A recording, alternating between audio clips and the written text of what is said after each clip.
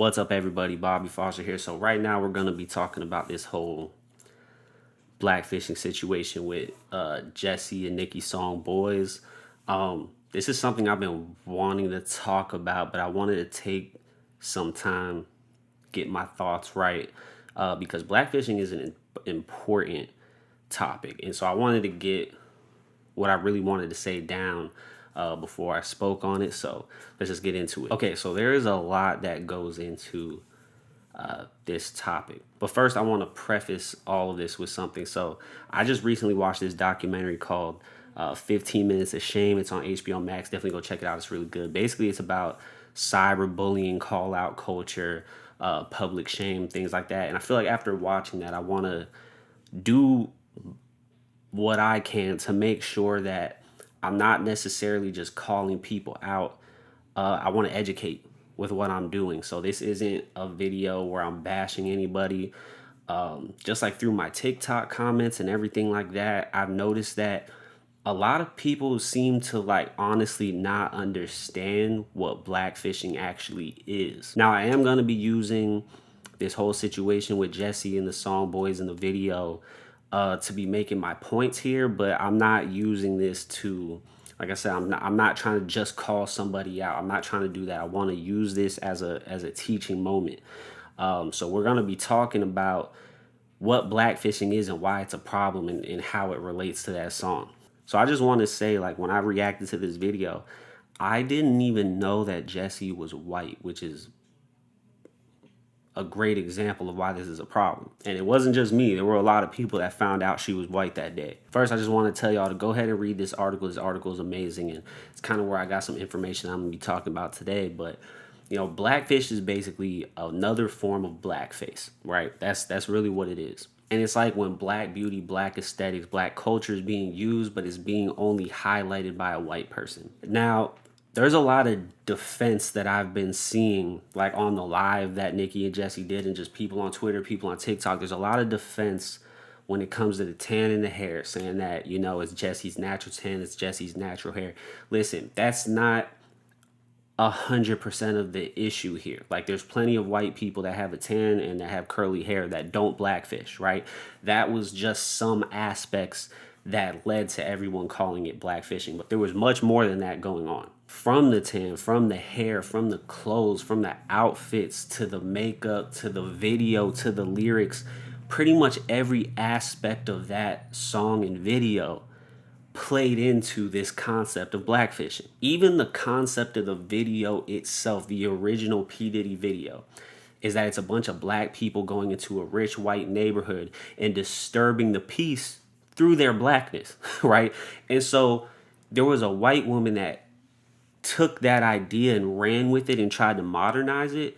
You can see why that's an issue, because part of blackfishing is taking black culture but not having to participate in any of the type of oppression that comes with being black. And this song itself, as an isolated incident, it's a problem, but the reason why it's a big problem is because it's not an isolated incident. This is something that's been happening throughout history at the detriment of black people, because blackfishing also takes away a lot of opportunities from black creators. And not only does it take away opportunities, it's also like a slap in the face, because the opportunity may not be available for a black person to begin with. Because what happens with black culture is, a lot of the times in mainstream media, black culture is put down until it's adopted by, a mainstream white audience. So when you look at these clips of Jesy, especially I want to talk about this clip where she's in the basketball shorts. This is a great example of the idea that black people were kept from it, but okay, now it's being appreciated. So basketball shorts, right? The NBA put in a dress code mandate where black people could no longer wear what, was popular in black culture, because they had to clean up the league because of this incident called Malice at the Palace. But anyway, it was black people, and that there's a lot of black players in the NBA who started to be seen as this thug league, and the commissioner wanted to clean it up, so he put in a dress code mandate. And now black basketball players couldn't even dress like this.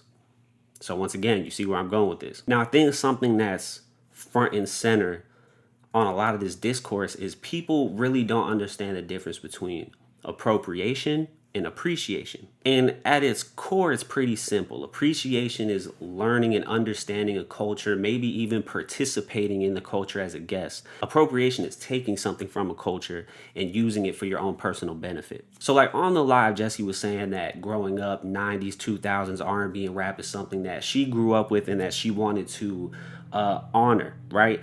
And show appreciation towards. The thing is, like, that intention is good, but how she executed that, it was wrong. Once again, there are a lot of white artists who do appreciate black art without appropriating it. And so like this truly is just an example of appropriation, like through and through. Like it really is. There's so many examples of it. Things that I've shared so far, and even more things you could look up and more creators you could listen to that are even pointing out more things than me. When you take something from a culture and just use it as fashion, or take something sacred from a culture and use it as an aesthetic, when you kind of invite yourself into a culture, and like I said earlier, take something from a culture for your own personal benefit, that's all appropriation. And you may think that you're showing appreciation by adopting it, but the thing is, what really happens is when you take something, say sacred, from example, from another culture, and you just, I don't know, tattoo it on you, wear it as a garment, it really strips the actual culture from it, because it's not just a fashion statement, which it may turn into in, say, a white mainstream audience.